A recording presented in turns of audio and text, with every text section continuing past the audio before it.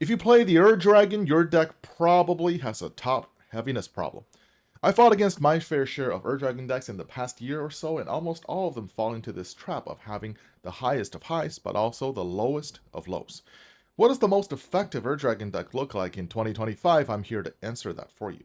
This is Jin with Next Level Commander, and today we are taking on the challenge of building the strongest and most disciplined Ur Dragon deck. You've heard the phrase too much of a good thing is a bad thing, right? It rarely applies to typo commanders, most of them are lucky to just scrape together enough playables. But then there's the Ur Dragon players, man, you kids are spoiled. This deck gets bombs in every new set, plus entire product lines built just for dragons every few years. And I get it, it's hard to say no to that. And that's why the typical Ur Dragon deck ends up as a pile of mythic fatties, constantly swapping out old classics for whatever flashy new dragon showed up this year. It looks exciting, but it leads to bloat and worse, inconsistency. You end up oscillating between massive win-more blowouts and games where you barely get to do anything. I mean, there's nothing wrong with that, you're playing Dragon Typo, that's peak Timmy. And no one's gonna stop you from slamming the Bahamut and Ancient Brass Dragons. But if you're looking for a more consistent and effective play experience, something that still feels epic without being all or nothing, stick around. We'll be building the dragons around the game plan rather than the other way around. Our game plan is simple. We want a board by turn 5, and this means dropping dragons by turn 3, turn 4 the latest. But if you look at the 4-drop dragons, there just isn't enough of them with high impact. So yeah, we want 5 drops. And that means we need early ramp. Our ramp needs to be 2 mana, and we prioritize mana fixing.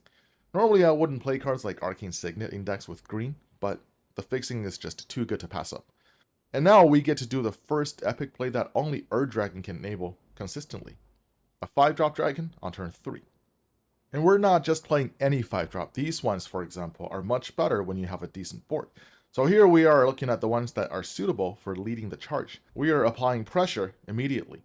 And all of this is because we want to be as aggressive as possible, because even though we do have some epic late game plans, like our commander, we're still, for the most part, a typo deck, doing some honest damage. But a lot of our opponents will outvalue us if we allow them too much breathing room. And one of the best ways to avoid that is to drop their life totals down early, so that any hasty dragon we drop later on becomes an unignorable threat. Dromoka the Eternal is a great example of our philosophy here. This card stopped being cool maybe, I don't know, 6 months after its release, being replaced by a cooler Mythic Gear version of itself. But playing this over something like Ancient Brass Dragon may be unthinkable to some. But pragmatism over flair. Imagine dropping this on turn 3, you'll be smacking someone for 7 on turn 4, and every dragon that comes after will likely get 4 then 6 counters. That's a lot of pressure. Deploying a board fast is sometimes enough to straight up close out games, but usually not. What we do for follow-up is the key to the consistency we promised earlier.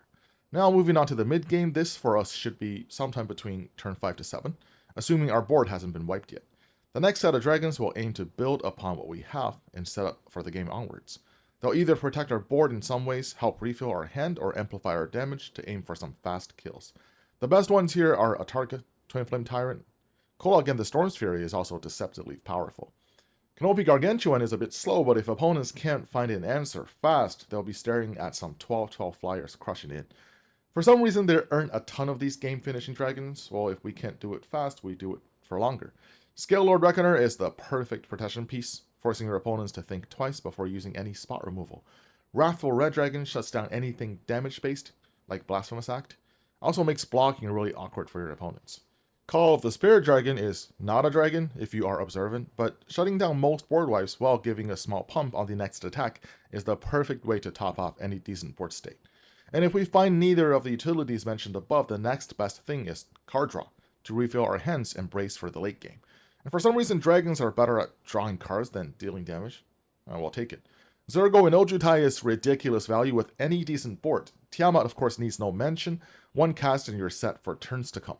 Two-headed dragon doesn't seem that powerful on paper, but getting that 5 damage and 2 cards immediately is excellent for just 5 mana.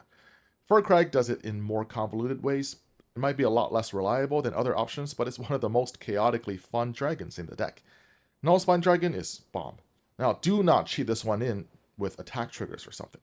We have to make sure the damage hits first. And when we drop this to refill, usually you will be drawing double digit. Also, our commander happens to be a draw spell as well. Just gotta get it down fast. Hawkeye Courser is the best choice for that. I mean, this thing isn't supposed to show up on turn 5.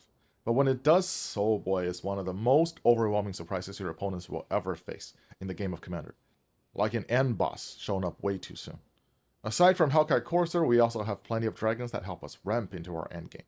Turns out dragons are not only amazing at drawing, they also have over-the-top ramp effects. I mean, just look at these two gold diggers, one heist and we are set for life. And this is also why haste is important. More about the haste enablers later, but you know who doesn't need enabling?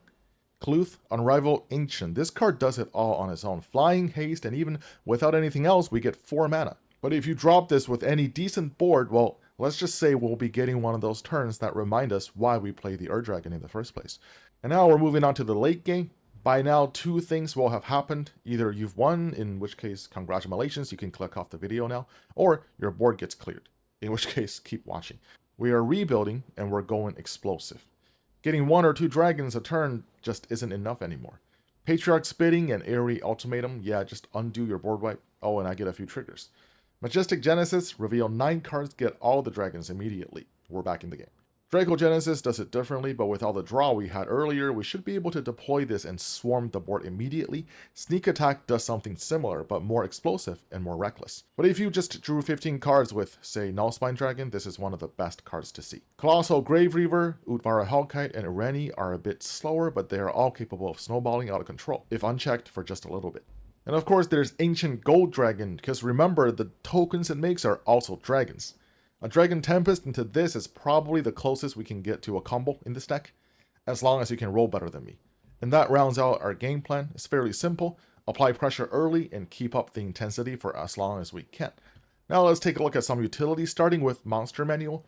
Getting this early game can really ramp up our game plan, dropping 1 extra dragon each turn at instant speed. In late game, when we have the mana, you can always adventure first for some value. Black Market Connections gives us everything we need, and there are tons of dragon synergies in the deck, making the changelings quite relevant. Be careful with the life payment though, this deck is not great at gaining life and it's definitely one of our weaknesses. Haste is really freaking important here, so alongside Dragon Tempest we have Temur Ascendancy, Rhythm of the Wild, and why not Lightning Greaves. For removals, we are going all board wipes and all one-sided. I mean, we're in 5-color tribal deck, there's a ton of those. Ruinous Ultimatum, yes, we are gonna need some good fixing. Crux of Fate, we choose non-dragons, and for Kindred Dominance, we choose dragons. Do not mess this one up, Jimmy.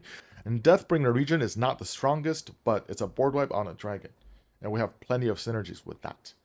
For more card draw, Great Henge is too good to not include in any big dumb beats deck, and Stinging Study for 9 feels like cheating. And last but not least, we have 1 finisher. In the Ur-Dragon deck, we don't actually really need finishers. Most of them will either do nothing or be win more. Chroma's Will is kinda like that too, but it gives so much needed utility even if it isn't used to win games. It's a perfectly fine protection spell, and more importantly, the lifelink can win us some unwinnable games.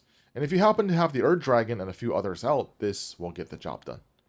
For our land base, it's fairly simple. We want the best mana fixing possible, because ideally we want to start doing things on turn 3, the latest. We'll be starting with all the fetches and 5 triumphs. We prioritize fetching those when we don't need the mana, but most of the time we will. So untapped duels make a pretty big difference in this deck. Shocks can work too, but I don't think ETB tapped options will cut it here, unfortunately. And that's 25 lands. Adding some 5-color lands, I mean the dragon ones are so pushed, and yeah, we barely have room for utility lands. I'm curious what your choices are, but for me, I'm prioritizing haste. Also, Mossford Bridge is a land, and a flash dragon for 2 mana. That's just too much value to pass up. Agadim Awakening is a land early game, and mass reanimation spell late. Just getting 2 or 3 dragons from this is more than enough. And lastly, 2 colorless slots. One of them I'm giving to Alchemist Refuge. This card is a bit expensive to use, but it allows us to control the tempo of our threat deployment. Sometimes 2 dragons on your turn is not as good as 1 dragon at the end of your opponent's turn. And lastly, Vault of the Archangel. This one you'll have to try, but life gain is just too important in the average commander deck, and we have close to none. Top decking this late can really claw us back into a difficult game, and just look at all the dragons that can do direct damage. Sweet synergy. And that's all.